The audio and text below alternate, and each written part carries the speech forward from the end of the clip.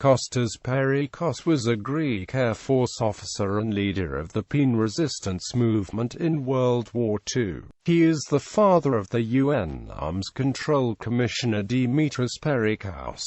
Early years. Perrikos was born in Kalamazoo on the island of Chios, where he received his elementary education. His family later moved to Alexandria, where he completed high school. He returned to Greece in 1925, and in 1926 he entered the Air Force Academy, which he left with a commission as a lieutenant. Perrikos was a fervent Republican who had been dismissed from the Air Force after the failed Venezuelist coup attempt in March 1935. He was married to Maria de la Georgie, with whom he had 3 children.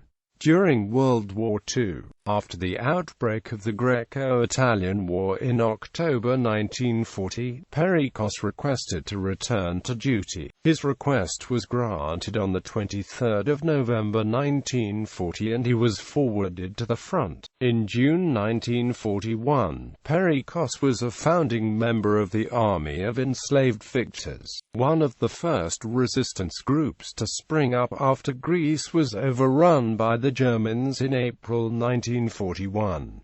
Dissatisfied by the SSN's neutrality on the crucial issue of the post-war regime in Greece, Perrikos and a number of others split off to form the Pan-Hellenic Union of Fighting Youths. PEAN had a leftist political orientation, strongly opposed any return of the monarchy and insisted on active struggle against the occupying forces. Espoo bombing. PEAN's most spectacular act of sabotage was the bombing of the collaborationist Espoo headquarters on the 20th of September 1942.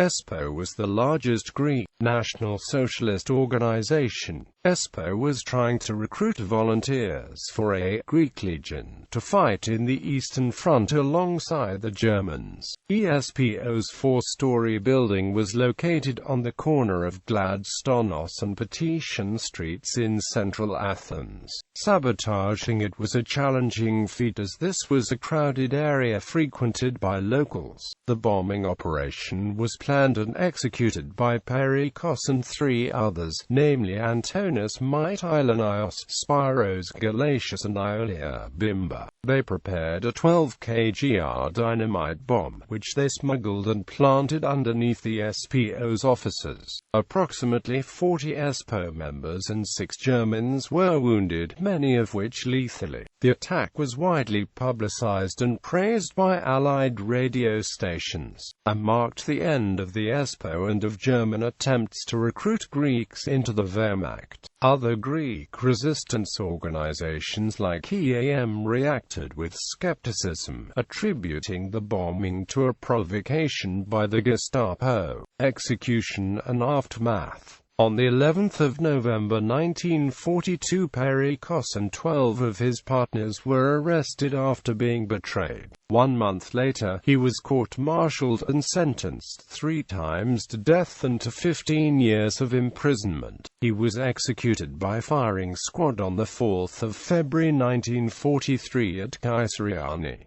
Perrikos was posthumously promoted to the rank of wing commander. On the 2nd of September 1987, a bronze bust of Perrikos was unveiled near the Espoo building in Gladstonos Street.